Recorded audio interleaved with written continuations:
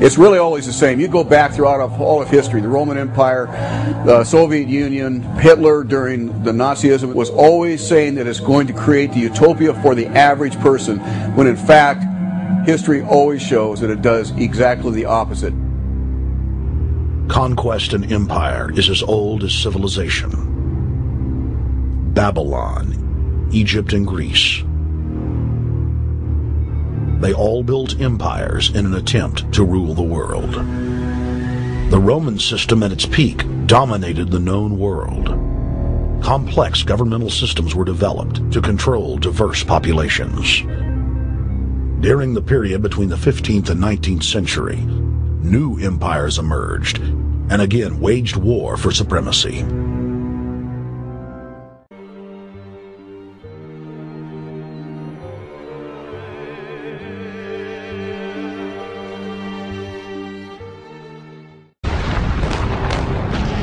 Question is, why did they want war? Well, first of all, is money and power. But secondly, they wanted to create the League of Nations. They had this in their plans all along, and as a consequence, once the war was over or about to be over, they began to formulate this idea of a League of Nations, so this would never ever happen again. Hundreds of years of practice made the British experts at hiding their empire behind puppet governments and councils. In the name of stopping all future conflicts, they proposed that countries would join a League of Nations. Their true intention was for the League to serve as a framework for world government.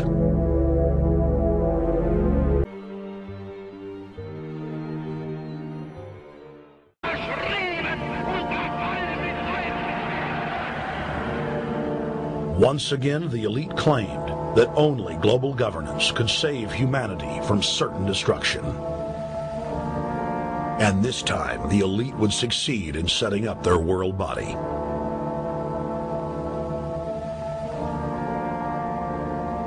In April of 1945, at the Presidio Naval Base in San Francisco, the United Nations was founded by the victors of World War II.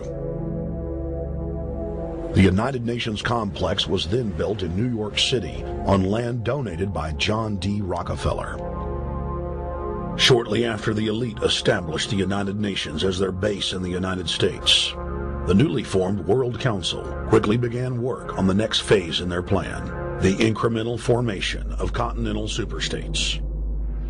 The first step in their trilateral plan was the creation of the European Union. The Bilderberg Group consists of the heads of all of the managing roundtable groups that steer individual countries.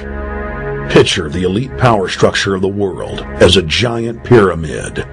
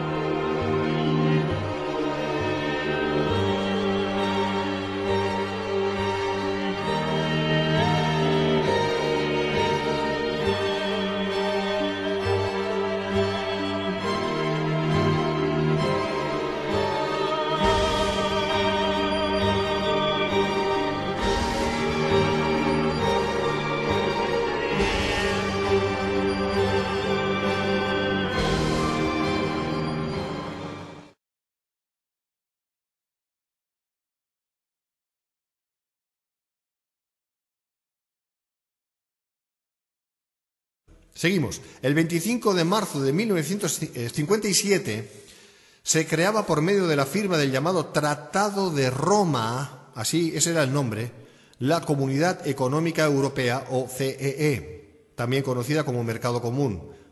En esa reunión estaba el delegado de Bélgica, Paul Henry Spaak, que lanzó al aire en su discurso la verdadera intención de la firma de este tratado, que justamente se firmaba en Roma, diciendo, cito, por favor no pierdan detalle de esto: nosotros no queremos ya más comités, tenemos ya demasiados comités. Lo que nosotros necesitamos es contar con un hombre que posea la suficiente estatura para coligar a todas las demás personas y que nos saque de esta triste crisis económica en la que estamos a punto de hundirnos. Mandadnos a ese hombre, lo vamos a recibir, lo mismo si viene de Dios como si viene del diablo. Fin de la cita.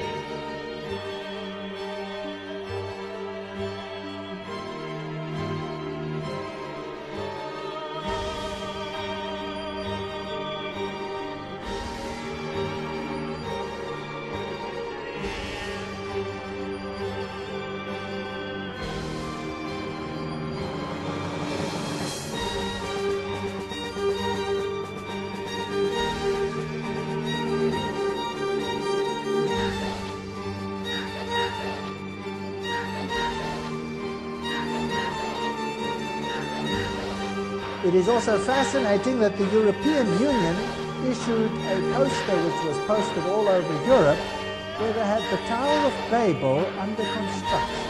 You see that?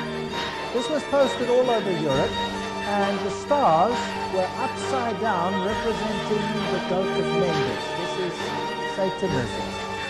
This is the new Tower of Babel. And the high French politicians said, "We are building a new Babel," which they emphasized with this poster, "and this time we will succeed." The new parliament of the European community is built like the Tower of Babel. In fact, it has a plaque on the inside or a poster which says precisely this. And it has this scaffolding to give the appearance that it is under construction. This is rather arrogant.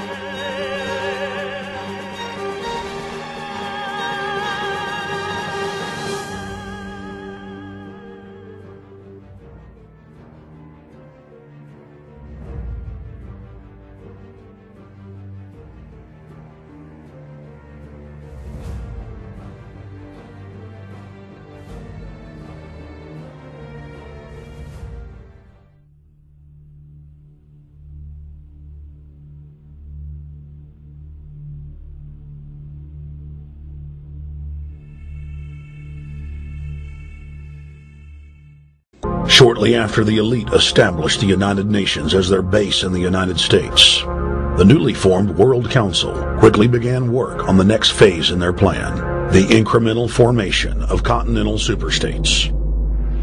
The first step in their trilateral plan was the creation of the European Union. El asunto en esto es que esa paz, esa seguridad y esa prosperidad son un espejismo. Detrás de ellos está un personaje siniestro, el anticristo.